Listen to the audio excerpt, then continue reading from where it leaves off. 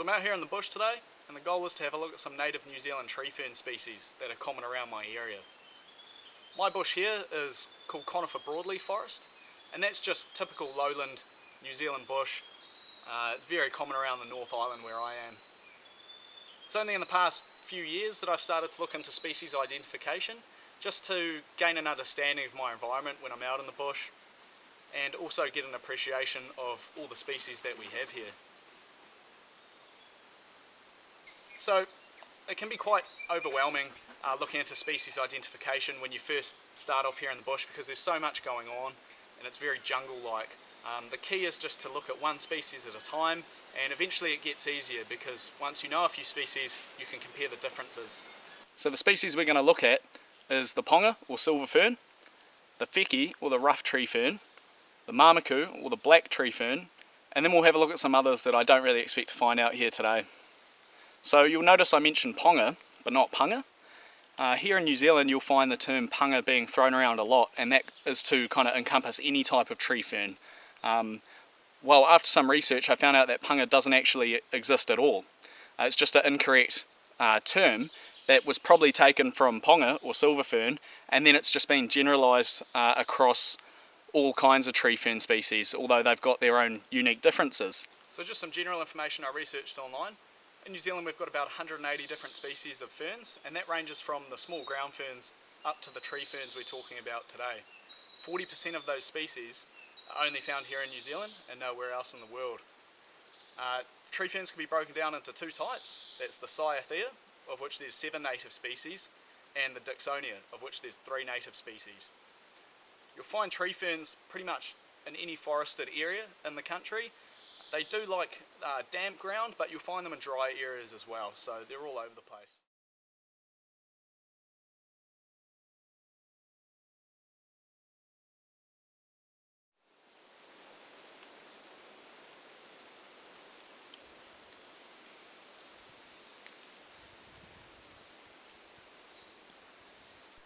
Here we've got the ponga or silver fern. This is a medium-sized tree fern, and you can instantly recognise it as the silver fern due to the white colour on the underside of the fronds. It grows from 0 right up to 900 metres above sea level, so you'll find it from the broadleaf forests right up to the beech forests. It can grow up to 12 metres tall with a trunk diameter of 450 millimetres, and the fronds can grow up to 4 metres long, and of course you're looking for that silvery white underside colour. So the technical information's all good, but there's a few things I personally look for to identify a ponga or silver fern, and that is simply the white underside of these leaves. It's a really easy species to identify because all you've got to do is get into a spot where you can see underneath the leaves, and if you've got that white colour then you know you've got the ponga or silver fern. Another thing you can look at is the stipe, which is this kind of stalk or base of each frond, and they tend to have a bit of a silver tinge as well, if you can see there. So sometimes if you've got a tall one and you're looking right up at it, sometimes the lighting situation, it's quite hard to actually tell what colour the underside of the ferns are, because those ones just look green up there. So what you can do is just have a look down the stipe, and that's another giveaway as well. So a bit of a bush trick I've heard of is that if you were wanting to leave a trail when you're in the bush, you could find a ponga or silver fern and twist and break that frond over so you've got the white part facing up. I can see how that would work because the white is very distinctive, and it does look unnatural when it's facing up in the bush, and it stands out even in very low light. But I haven't actually done this in practice, so I'm not sure how effective it would be. Obviously I'd only do it if I had to, because I wouldn't want to damage the plant unless I was in a real situation. But you also have to be careful, because sometimes you can find these fronds face up in the scrub or on the ground because they've broken off, maybe due to a tree fall or an animal coming past, so you wouldn't want to get lured away from your track.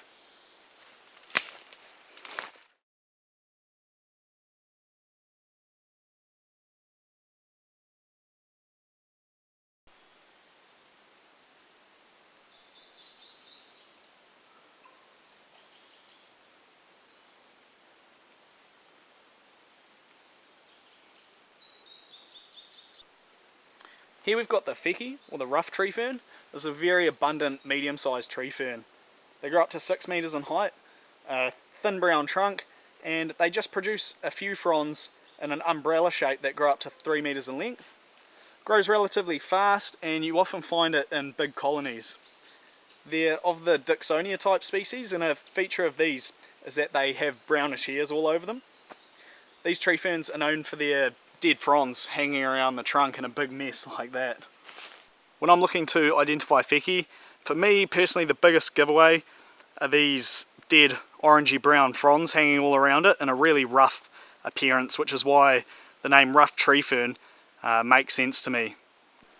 And if you look at the trunk of a quite mature one, you'll see how it's got the bases of these old stipes where the ferns have broken off still on it, and they're very brown colour, so other tree ferns when they're mature, maybe like the Mamaku, doesn't look like that.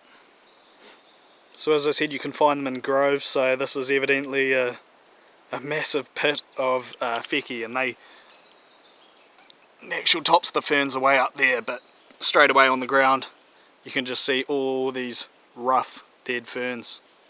You might have seen in New Zealand here fences made from tree fern trunks that have been placed really close together, and once again these are widely known as punga fences. Obviously we all know what that means, but obviously punga doesn't exist, so usually the species being used is Wheki because it's fast growing and quite hardy. So out of the species we're looking at today, Wheki to me is probably the most useful in terms of like bushcraft material, thanks to its dead fronds. So they're plentiful, quite easy to harvest. You just pull them out. They're dry if they've been kept above the ground, and obviously they're already dead, so it's nice to not damage the plant in any way. They're already dead. Here you can see me using Wheki fronds to make a bit of a floor in my shelter, just to put something between me and the wet ground. And obviously I'm sure if you put enough of them on, you'd start getting some thermal insulation from them as well. I've also used them as roofing for natural shelters. If you use enough of them, stack them high enough and put them in the kind of right orientation, they can keep you dry as well. Some people also like to use the dead fronds as tinder for fire lighting. Personally I haven't had much luck with them and think there's better tinders out here that you can use.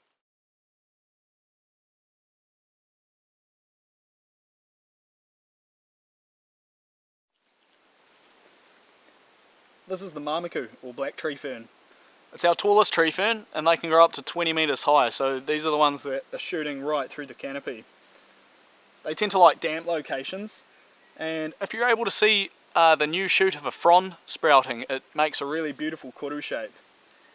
There are edible parts to the species, but I haven't looked into that in detail. I assume you'd be looking at the supple new shoots of a frond. But I did read, whatever it is, the taste is quite bland, but there's actually quite a bit of nutrition in it. So to identify the Mamaku, once again I just think of the name as the black tree fern, and you can tell looking up there, yeah, it's very dark, and it is our largest tree fern, so the scale of those fronds is much bigger. You look down the trunk, it's very dark, very fibrous.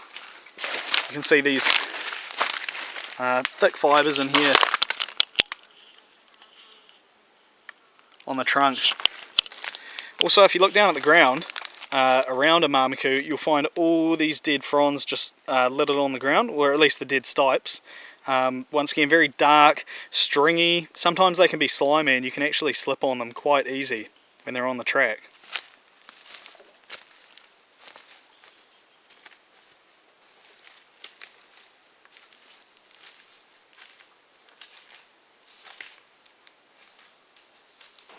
Remember, Mamaku's our tallest tree fern, so if you're able to find a mature one, you'll be able to tell straight away. You'll just see the slender trunk just shooting right through the canopy. And if you're kind of on the edge of a bush and you've got a view looking across to another bush valley, and you can see tree ferns coming out of the top of the canopy, chances are you're looking at Mamaku, because that's probably going to be the only fern that's going to get tall enough to share the canopy with the other trees, whereas the other ferns probably won't make it that high. I believe another feature of both Mamaku and Ponga, because they're part of the Cyathea type, when they begin to get older and taller, you look at their trunks and you can see this kind of scalloped pattern that goes up the trunks, unlike the Wheki, which retains those dead stipes.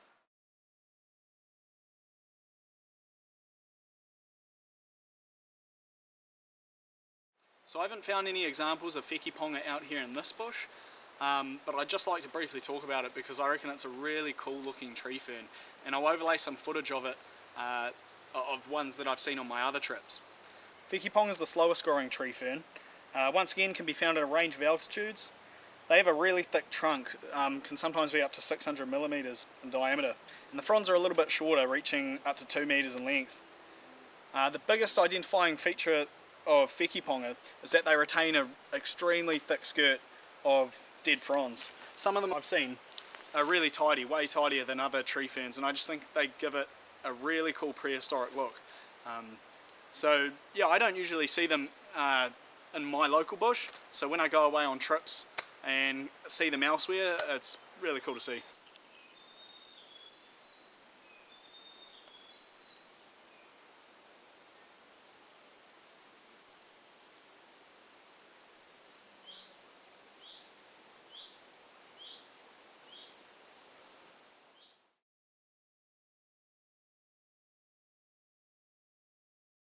So today we've just looked at species that are really common in my local bush and species I know well. So that's the ponga, Wheki and Mamaku.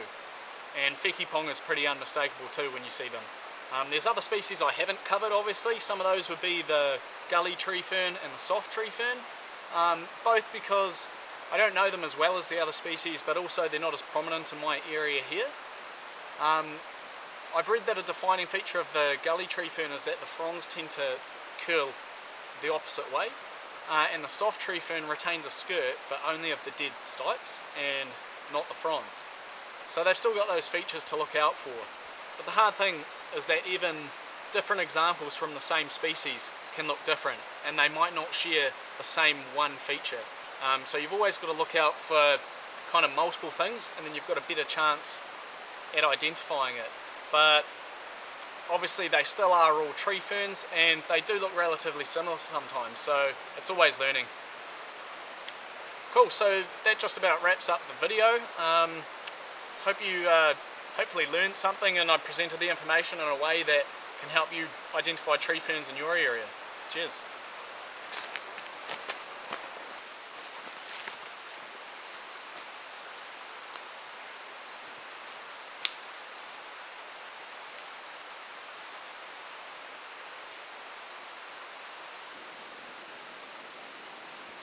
Now the question is this a soft tree fern? Because it's got a skirt, but only of the stipes. So, if somebody can definitively answer that, please let me know.